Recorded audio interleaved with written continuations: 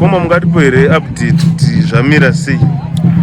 Update yakamira so vanhu vakaenda kugomo nezuro ndapiwa namba dzeSunrise handiti tokwanisa kubatsira kutenga box netransport zvese izvozvo zvisvandotenda hangu.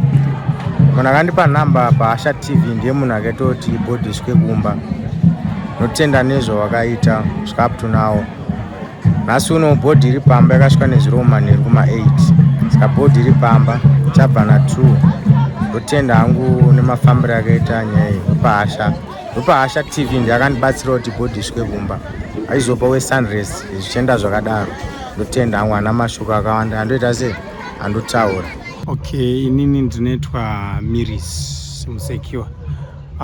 Ndinobva kwaMutoko. Right, ndiri mukoma waMarabha. Ndini mukoma waMarabha mukuru. Right, mafambira akaita mashaikira akaita munin'ina wangu Marabha. Anzi Charles Miris. Mukomana uyu akarwara nguva refu. Ndenge ndiri kure hangu asi vanin'ina wangu vanotiyo nhingi Itai naparadzai vaienda zvavo kunomuona apo nepapo urwere ukakunda zvikaita sei atisiya. Now zvatakazoita tiriko kuoma kwenga kwakaita zvinhu vanin'ina vakandifonera ndikaendako tikakwanisa kuunganidzana penge pasinapo chunhu asi takaunganidzana tikakwanisa kusimudzawo kamari katakakwanisa ikako tichita sabhiri renge ririko kuchipatara kwenge kune 430 uyezve taitarisira box kuti ringangoitawo mari yakati plus transport tozotiwoko kuigira munhu asi nekudaro takanga takwanisawo mari shoma yatakaenda nayo kuchipatara. Vekuchipatara vakatibvumidza kuti tikwanise kubhadharawo hafu tikabhadharawo $200. Tabhadharawo $200 munoziva pakufamba pane zvakawanda zvinoitika pane apo nepapo pataiomerwa tichingodaro kusvika mari yedu yaita sei yapera. Asi kuburikidza newe paAsha TV ndo vakazoti connectawo neve Sunrest police. Saka veSunrest police vakatibatsira zvikuru ndinopa kutenda. Vakati provide box netransport uyezve vakatiti izvo vachatibatsira nekuti takurira munhu zvakare kuenda naye kumakuva. Saka pari zvinezvi munhu atorumba Marabha atorumba vakatibatsira zvikuru svika pari zvino. Saka kune avo vari kuda kubatsira tichiri kuomerwa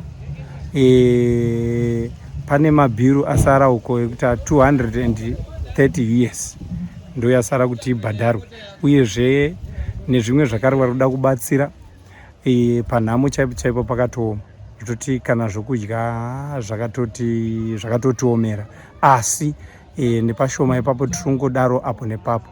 Vanenge vachida kubatsirawo zvavo unokwanisa kubatsira kune uyo nhamba dzaiswa ndedzemunin'ina wangu anonzi Itai. Saka pari zvino vatibatsira nezvishoma ndo vamwe vavaiektawo navo vakangonzawo pashoma pavainapo vakangotibatsirawo vakatibatsirawo nechingwa nezvimwe zvishomanana. Ndo mamiriro akaita nhau iyi. Musazonyeperwa zvimwe kunzi nevamwewo zvavo vasiri vanenge vachinyepera kuti tisu tazodai hei zvazodai kwete.